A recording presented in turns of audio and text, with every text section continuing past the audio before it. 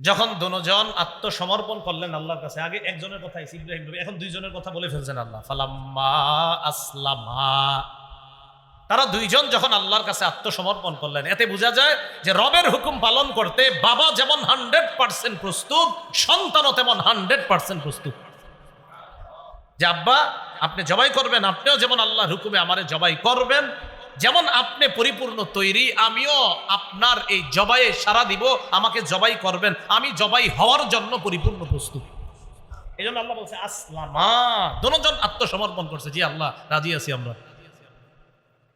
ওয়াতাল্লাহু লিল জাবিন, ছুরি চালাইছে ইব্রাহিম আলাইহিস সালাতু ওয়াস সালাম, ছুরিও চালাইছে। ইব্রাহিম আলাইহিস সালাতু ওয়াস সালাম যখন ছুরি চালাইলেন, আল্লাহ পাক রব্বুল আলামিন ডাক দি ওয়ানাদাইনাহু আইয়া ইব্রাহিম ক্বাদ সাদ্দাকতা রুইয়া।